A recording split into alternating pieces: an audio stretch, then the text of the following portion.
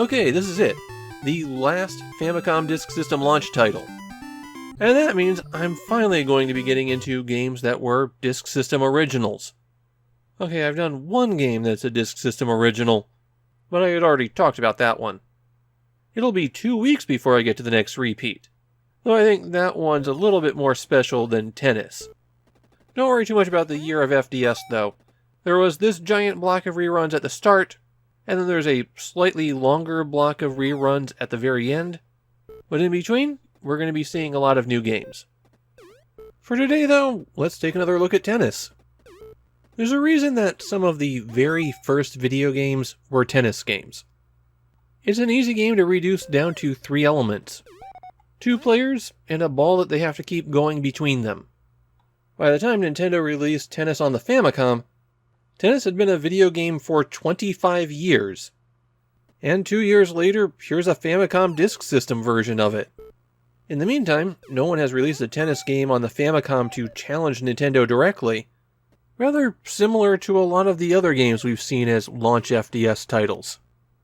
I also think tennis holds up better than those other games against the 8-bit competition it will see. If you take all of the tennis games for the Famicom and Famicom Disk System, you can make a pretty good argument that Nintendo's tennis is the best of them. Now, this version of tennis is a very simple game. There's only 2 game modes, singles and doubles has to be played with another human player. And your option in the singles match is to select one of 5 difficulty levels. Technically, there's 10 difficulty levels in the game. Every time you win a full match, you face a more difficult opponent, and it caps out at the 10th level. And if you're not familiar with tennis, a match is 3 sets, and a set is won by whoever gets to 6 games first, and games are won by whoever gets to 4 points first. Unless both players get to 3 points, in which case someone has to win by 2 points. See how easy it is to explain when you strip away the weird scoring? The controls are very simple while you're in a volley. A smashes, B lobs. You always swing across your body, so you can use your position on the court to affect where you're aiming your shot. If you're serving, you automatically toss the ball up into the air, and then just hit A when you're ready to swing. If you don't want to swing, you'll catch it and wait for the next toss-up. If you're playing single player, then you're always playing on the front half of the court, and the computer's playing on the back half.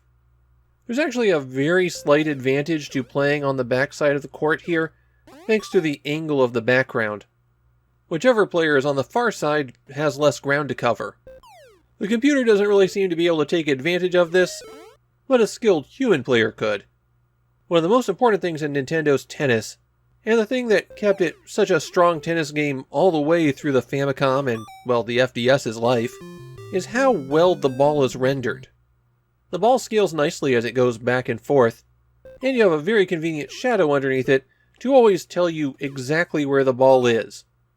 It's elegantly simple visual design, and it's also something that a lot of other tennis games got wrong.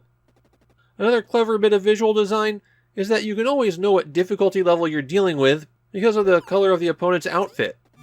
Like most of these Famicom Disk System launch titles, tennis has absolutely no improvements over the original version. It's the data that was on the ROM chips, loaded into the Disk System's memory, and that's all you get. Of course, with side B blank, you could always get a second game written to your tennis floppy. Nintendo's tennis is a very simple but enjoyable game. It's not an ideal rendition of the sport. It's a shame they couldn't do mixed doubles on here. However, it's a version that works very well with the limitations of its platform. Also, Mario's the line man. Early indications of how much he enjoyed tennis, even if it would be more than a decade before he'd play the game himself. The Disk System's launch lineup had a lot of, let's call them utilitarian games. The games that every system library needed. Baseball, mahjong, golf, and, well, tennis. And of these games, I think tennis is the only one where I don't have to issue a pile of caveats. It's the most enjoyable of these by far, and the one that I could still pop in from time to time and enjoy a match.